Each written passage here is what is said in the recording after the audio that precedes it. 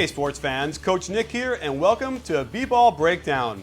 You'll have to excuse me, I'm a little bit hyped up because I was going through this Knicks Celtics game 2 and I saw a lot of mistakes that D'Antoni made from the bench. Infuriating things, and one of them is a bombshell that nobody noticed anywhere. I haven't heard one person talk about it and I noticed it. I'm going to show it to you, and it wasn't even that foul that they didn't take at the very end of the game down 1, and that certainly didn't help his cause. So you guys will have to decide whether or not D'Antoni has the chops to take the Knicks out of the first round of the playoffs this year or in the future.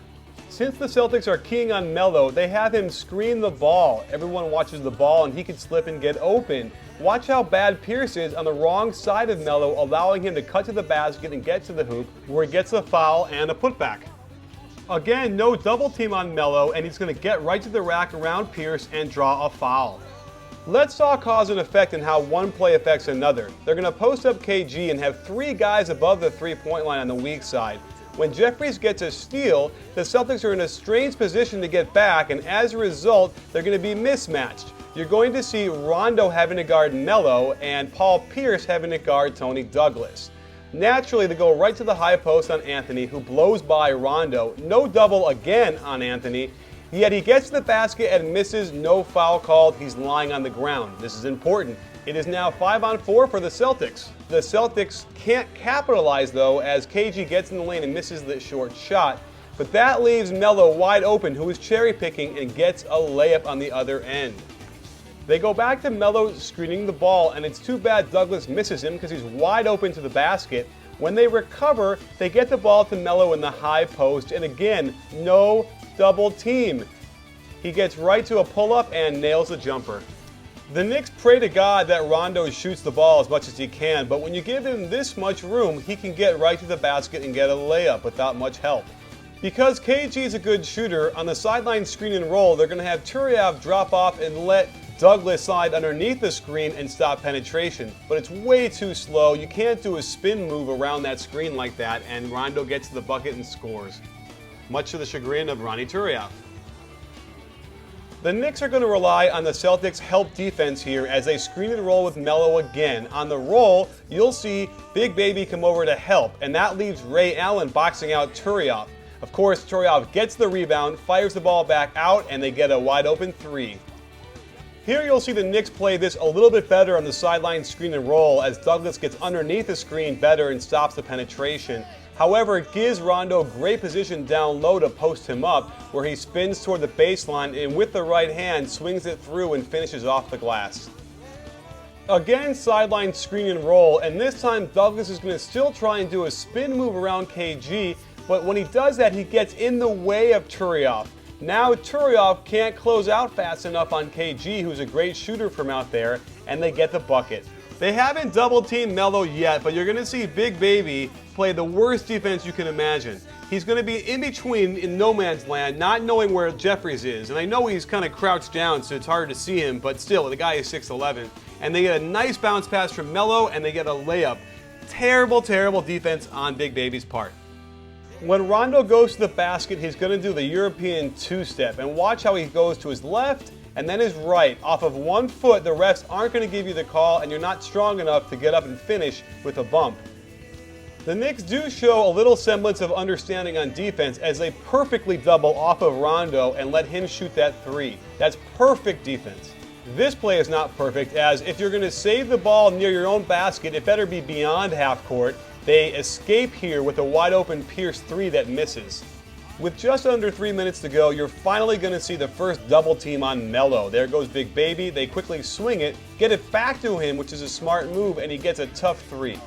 So now the Knicks are ready for the double team on Melo, and they quickly swing it again to the other side, and Walker is going to jack up a shot, but you know me well enough by now, what am I going to say? That's right, in the corner, Roger Mason is wide open, having just hit a 3 there. Instead, Walker throws it up after being 0 for 10 and misses. Here's the problem with the Knicks offense now. We know the Celtics are going to double team Melo when he gets the ball, but here's what they should do, is they should screen away for him now that he rolls. Get some more movement so he comes across the lane a little bit. Otherwise, Pierce can take away the pass to him and they get a turnover here because there's not enough movement. Here's something infuriating. On the double team, watch Mason just stand there and not cut to the ball. He should have gone to the free throw line, gotten that ball, and made a nice little easy jumper. Instead, he's got to burp up a god-awful shot. Luckily, the Knicks get the rebound. In a key sequence with under a minute to go in the fourth, they're going to try and do a screen and roll with Melo. However, Pierce takes it away, and they ultimately just post him up on the high post. He should go to Jeffries, who's open, but because Mason isn't moving at all, Ray Allen can slide in there and take away that pass. Mason then has to put the ball on the ground and miss the layup, and they inexplicably get the rebound on the scramble. They reset without much to do and without much of a purpose. They try and double Melo from the top, which is not advisable, and Big Baby's going to screw him again by misplaying that pitch, and Jeffries gets a layup. One mistake the Knicks make is allowing the ball to go right to the post from out of bounds. However, Jeffries plays this very well, and KG hits a really tough shot. Being a coach in the NBA means understanding clock management. The Knicks have two 20-second timeouts here with 19.3 seconds to go. Doc had called a timeout at this point. So what went unnoticed is that right at the end of this full timeout the Celtics had, D'Antoni inexplicably calls another 20-second timeout, as if it wasn't long enough to have for a full timeout. He needs another 20 seconds because he wasn't prepared to tell the team what they needed to know. Well, that's important because they're going to need that 20-second timeout. And there you see, they just took it off on that graphic without anybody saying anything about it. So they ended up getting the ball inbounds down by one, and Melo makes the right play. Jeffries is wide open, and I feel bad for the dude because he hasn't been playing with a team that long, and he's wide open. It should have been stat down there. So that's going to happen. It's too bad. It's just one of those things. Watch how Melo is not ready to foul the guy when he catches the ball out of the timeout. D'Antoni threw him under the bus today, saying he was tired and couldn't get over there, but it looks to me like he's confused. And if he's confused, it's because D'Antoni didn't make it clear in that timeout that you got to foul. He should turn in his coaching card right now. So there you have it, sports fans. We'll be busy tweeting through most of these games as much as possible, so make sure you tune in to our Twitter account and follow it because we're going to give you insights you're not going to hear by the color commentators on TV. And that said, D'Antoni has to be under fire. If I were the Knicks, I would be very encouraged because they played without stat the entire second half. They isolated Melo, much like I told them they should do, and they were right there, one play away. And had Jared Jeffries played a little bit longer with the Knicks and had felt more comfortable, they would have won that game.